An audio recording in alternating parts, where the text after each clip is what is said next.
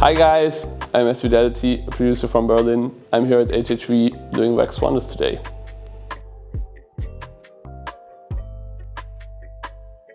This record is a very important record for me. Ailton identity.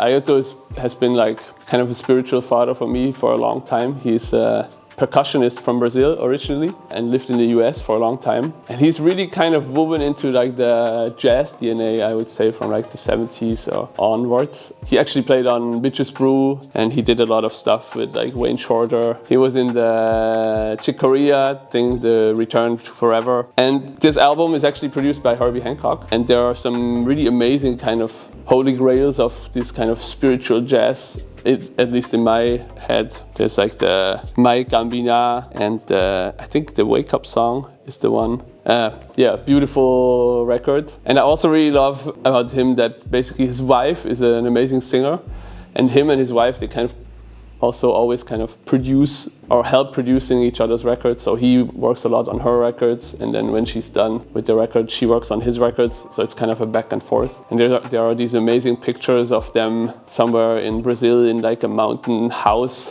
where you have like all the jazz main guys, everybody eating dinner together. And yeah, quite a romantic idea of how to live as a musician, I guess.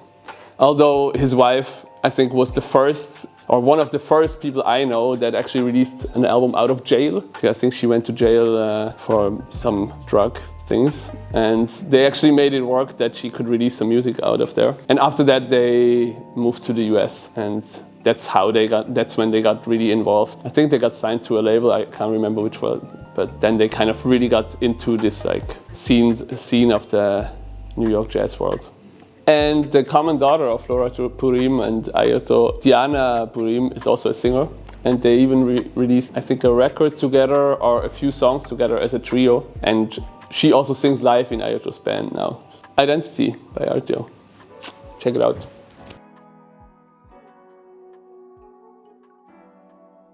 The next record I want to present is Visions of Estonia by Uku Kut. I selected this record because I really wanted to present the record by PPU, which is like a reissue label from DC. They kind of specialized on, I would say, like finding old tape masters, but like cassette masters, cassette demo tapes, and reissuing them of like pretty much like home bedroom producer that have demos that weren't released yet. And this album is a guy from Estonia who was producing music in his bedroom for a long time.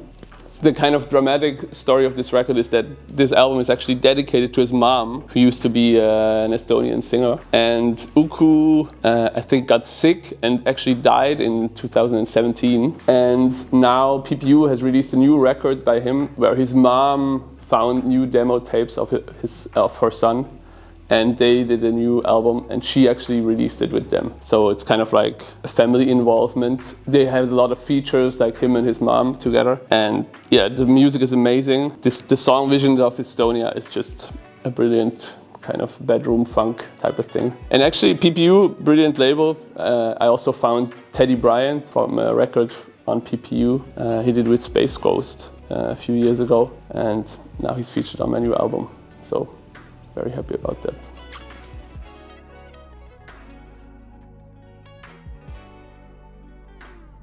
One of the albums I wanted to show today is actually connected by the Foreign Exchange, which I guess was like one of my most influential albums that came out in like 2004 or 5. But I don't have it on vinyl, and it seems to be very hard to get your hands on it. But I found that they made this 7-inch now with Come Around, which is like one of the lead singles from that album. And they actually released it together with a song by Darian Brockington, whose album I found through this single.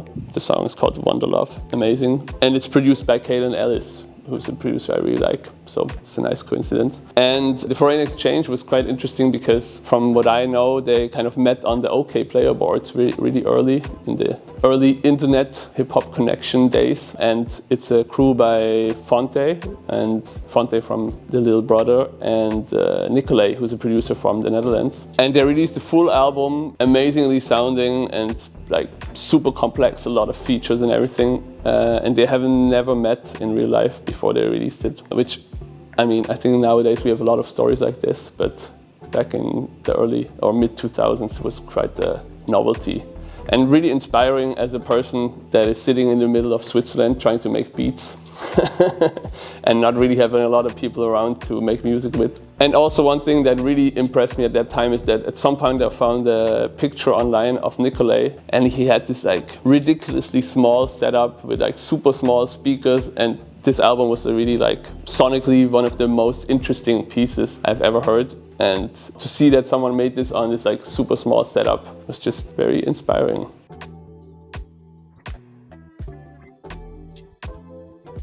The next record I want to present is this album by Jamin and Fidmela, and it's an Austrian kind of rap/soul record. I really think a lot of more people should listen to this album. Fidmela is one of my all-time favorite producers ever. I mean, I've been a fan of his since like back in the days with the Beat Barbecue days, and he was like a quite big inspiration for making music. And yeah, heavy sample guy. And the funny thing is now he's super good at making samples himself too, and like sending it around. And on this album, I think Jamin is used to do a lot of reggae and then kind of went a bit more into rap and kind of singing.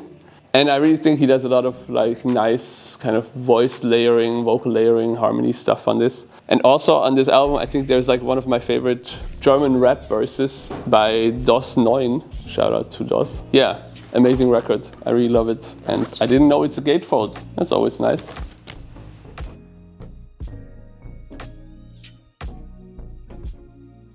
This album is Quasimodo, The Unseen. I think it came out in 2004. I think it was one of the albums that was the most influential to me for its beats, because I only owned the instrumental vinyl for quite some years. I used to DJ at freestyle battles back in my hometown in Switzerland. And when I finally got the real record with Quasimodo on it, it completely blew my mind. I mean, it's quite a famous record, I think. Madlib actually pitched up his voice and came up with this like alternative character that kind of almost holds him captured as like the bad character. I really love the way he kind of like has a dialogue with himself. There's also a guy called I think Melvin Van Peebles or Van Peebles, like a filmmaker, US filmmaker, whose voice is sampled like countless times all over the record. And it's almost like a dialogue between the three of them. And I think there was also the plan at some point to actually release a Melvin Van Peebles album featuring Madlib.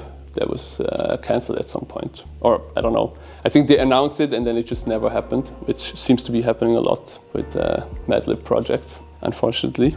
And what's also very interesting is that, because this is the first Quasimodo album, actually on the cover, Quasimodo is not this character with the long nose yet. It's just this like kind of unknown character. I think Jeff Jank, the illustrator, only came up with the character when they did the single covers, from what I heard. So kind of this like visual figure of Quasimodo developed after the album cover was done.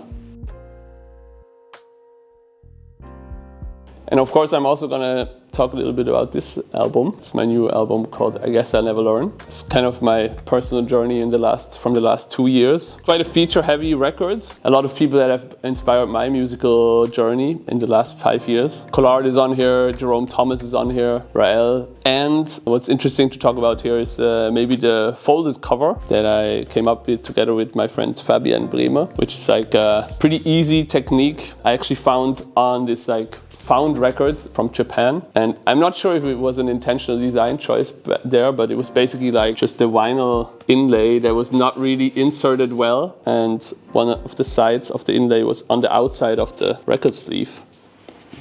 So yeah. And in here you have 2 versions of my old and my new self. Yeah, I think this is like, as a producer, for me this has been one of my most personal records. I really try to kind of become a bit more aware of what I'm doing, also with lyrically, and what is happening on the record from the people that are guests on the record. And I'm also singing on a few songs myself. And the title, I Guess I'll Never Learn, is inspired by a Steve Kuhn record, which is a song called The Meaning of Love. A very sad, kind of depressed love song, but at the same time so beautiful that you really want to listen to it over and over again. Yeah, I Guess I'll Never Learn is out now on Jakarta Records.